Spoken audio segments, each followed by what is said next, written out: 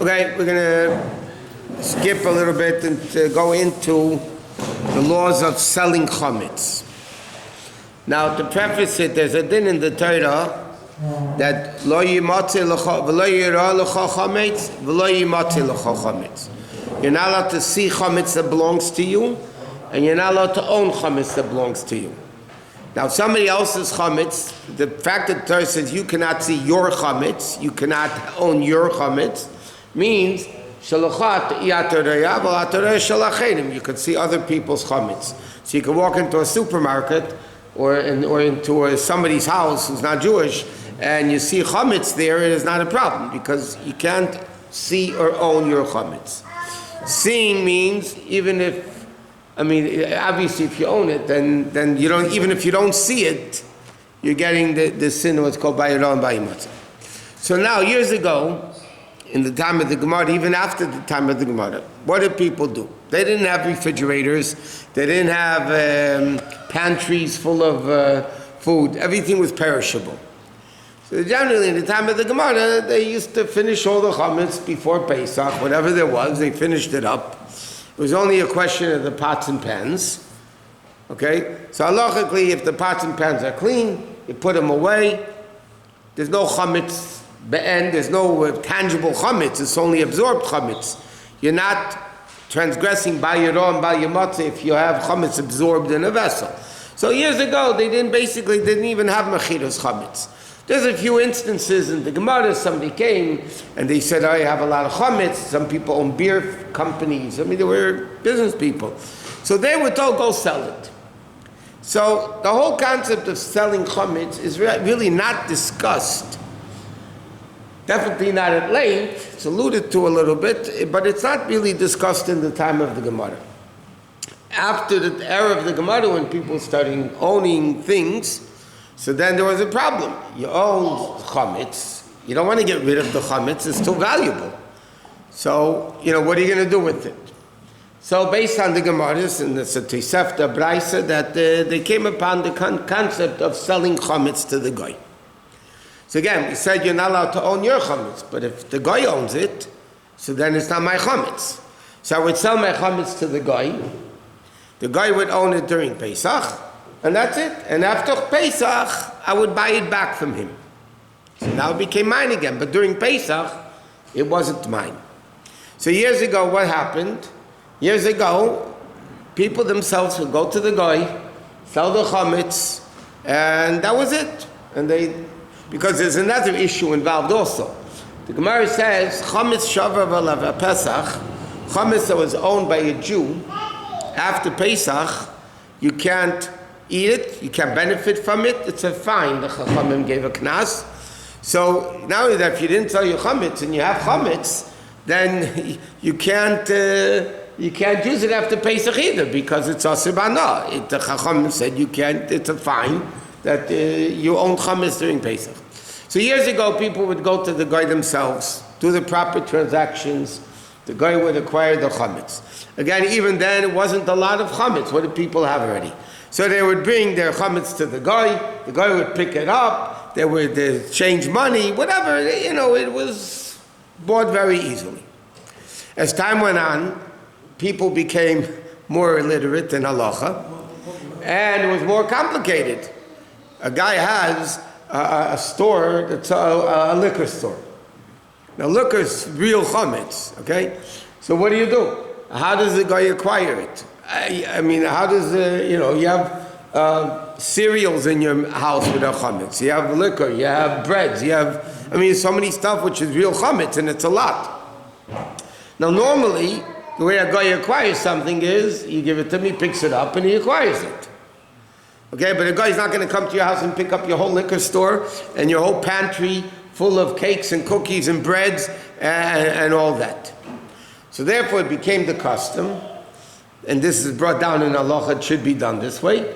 You go to the Rav, who's supposed to know what he's doing, and you don't sell the chametz to the Rav. You appoint the Rav as your agent to sell the chametz for you on Erev Pesach. So you basically, and according to halacha, there are different ways of doing it. Even just telling the Rav to sell my chametz is enough. If you write your name on a document, some people also like to do a handkerchief, a kinyan suda is called. But halachically, as long as you were informed the rabbi that you want that he should sell your chametz for you, it's fine. Now you can appoint him to appoint me. It doesn't matter how many people you appoint along the way. As long as it ends up by somebody that sells chametz to the guy and sells it properly.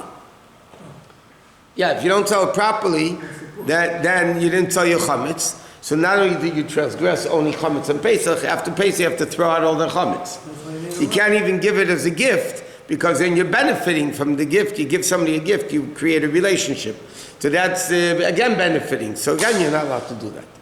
So it has to be done in a way that you sell the chametz properly through the Rav to the guy.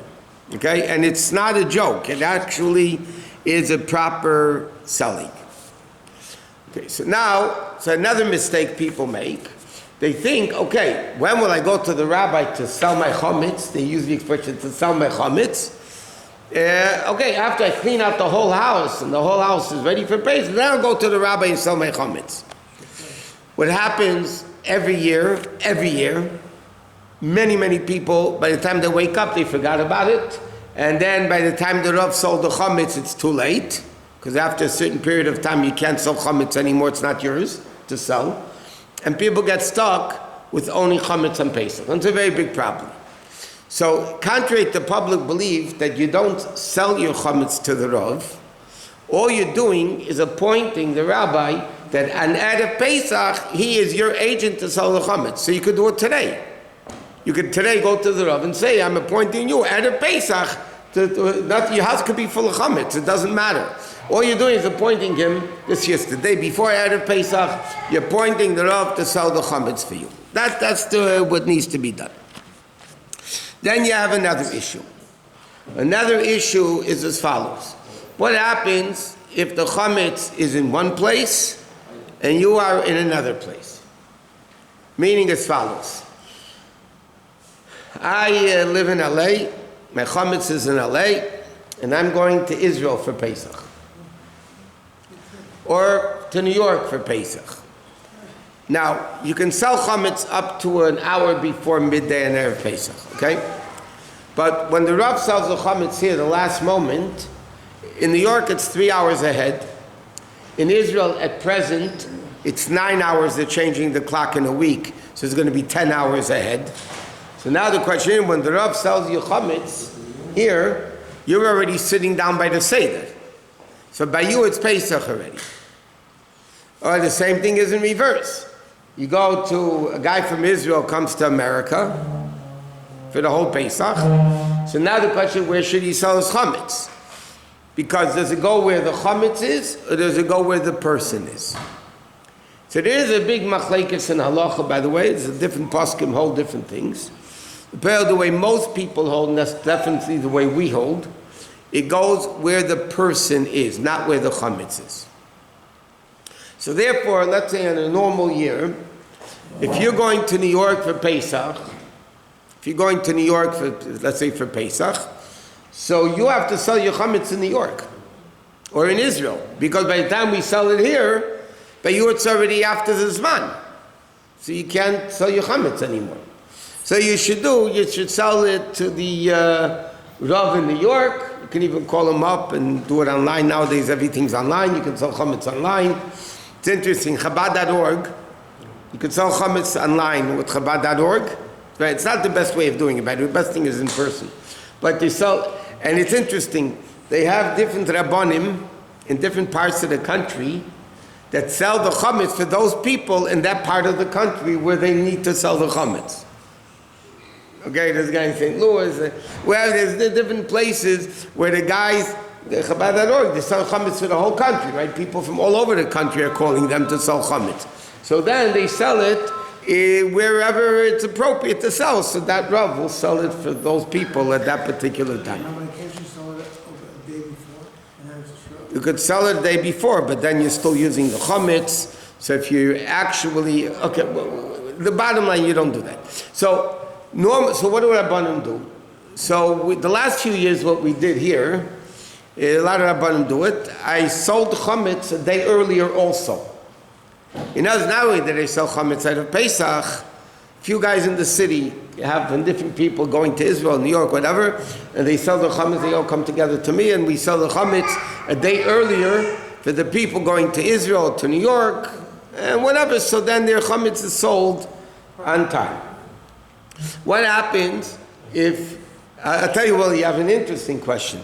A guy will go to Israel for Pesach, sell his Chametz on Pesach over there, but then he comes back here during Pesach. Okay, he comes back. Or let's go the other way. He's going to Israel for, a guy from Israel comes here, and then he's going back to Israel for Pesach. But he sold his Chametz in Israel. So now, when he's going back, they're going to buy, and he's here for the last days. Okay? He was there for the first days, now he's coming here for the last days. He sold his Chametz in Israel. So when the Rav in Israel buys back Chametz, don't forget they only have 7 days. When he buys back the Chametz, it's still Pesach for the guy in America. So now is he acquiring Chametz? So that's not a problem halachically, because you can't acquire something I don't want to. The Rav is my agent. He's buying back Chametz for me, right? And he's buying it back a day earlier, because in Israel it's a day earlier. One second. So then I don't have to have in mind I don't have to acquire something I don't want to. So I'm not acquiring it until Pesach is over by me. How does somebody use his house for Pesach? What do you mean his house? He lived with Israel, they said over there. Yeah. What about his house? Somebody coming to his house. So that guy, it's not his Chametz he sold in Israel. This guy has to sell. This year's a little bit different, by the way. It's a whole, in halacha, it's a whole, we'll learn about Mechir of Chametz this year. It's very, very interesting. Because we're selling it a day earlier. Because Shabbos is really out of Pesach. We sell Chametz a day earlier, but the problem is on Shabbos you're still eating Chametz. So what do you do with the sale? When is the sale effective? And how do you sell it? And then can you, is another issue we'll discuss. Can you sell the Chametz that the acquisition should be effective on Shabbos? Can you make it effective on Shabbos? So there's a whole, we'll discuss very, very interesting discussion, B'chlal, of this year's setup, is a very interesting thing. Okay, so therefore, bottom line is, if you're going to, but this year, for instance, we're selling Chametz a day earlier, so the guy's going to New York is not a problem.